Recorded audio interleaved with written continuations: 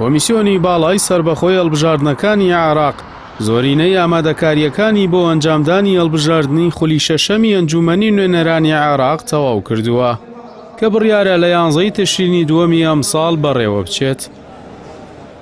بەپێی ڕاگەیاندنی کۆمیسیۆن، ئەنجومەنی کۆمیسیاران بۆ بەشداریکردن لە هەڵبژاردنەکانی ئەنجومەنی نوێنەرانی عێراق 7768 کاندیدی پەسەند کردووە کە لەو ژمارەیە 2248 یان نافرەت و 5520 پیاون لە بەرامبەردا 751 کاندید لە پێشبڕکێی هەڵبژاردنەکان دوورخراونەتەوە کە ئەمەش نوێترین ئاماری بڕیارەکانی دوورخستنەوەیە کە لەلایەن ئەنجومەنی کۆمیسیارانەوە دەرچووە.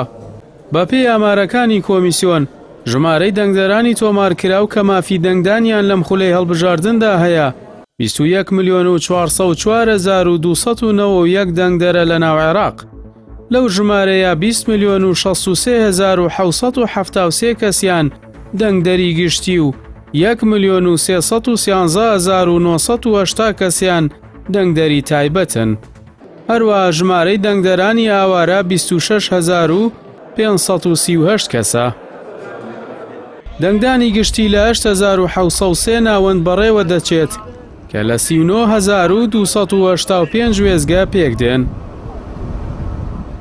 بەڵام دەنگدانی تایبەت لە 809 ناوەند بەڕێوە دەچێت کە لە 4,501 وێزگە پێکدێن.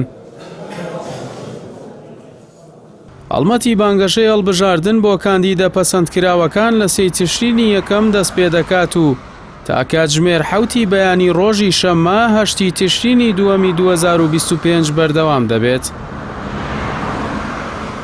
ئەنجومەنی نوێنەرانی عێراق لە 329 کورسی پێک دێت کە بەدەستێنانی زۆرینەی ڕەها پێویستی بە بردنەوەی 165 کورسیە بۆ پێکهێنانی حکوومەت. عێراق دابەشکراوە بۆ 18 بازنەی هەڵبژاردن. بەپێی دەستوری عێراق لانی کەم 83 کورسی بۆ ئافرەت تەرخان کراوە کە دەکاتە 125 کۆی کورسیەکان. هەروەها 9 کورسی بۆ کەمینە ئاینیەکان تەرخان کراوە.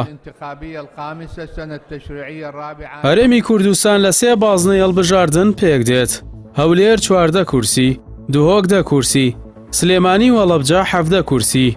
بە مەشکۆی گشتی کورسیەکانی هەرێم لە ئەنجومەنی نوێنەران دەگاتە 41 کورسی. کورسیەکانی دیکە بەسەر 15 پارێزگاکەی تردا دابەش دەکرێن بەپێی ژمارەی دانیشتوان و قەبارەی بازنەی هەڵبژاردنەکان. کۆمەڵی دادگەری کوردستان بە 8 کاندید بەشداری هەڵبژاردنی خولی شەشەمی ئەنجومەنی نوێنەرانی عێراق دەکات. لە پارێزگای هەولێر 3 کاندید، پارێزگای سلێمانی 4 کاندید و لە پارێزگای دوهۆکیش 1 کاندیدی هەیە.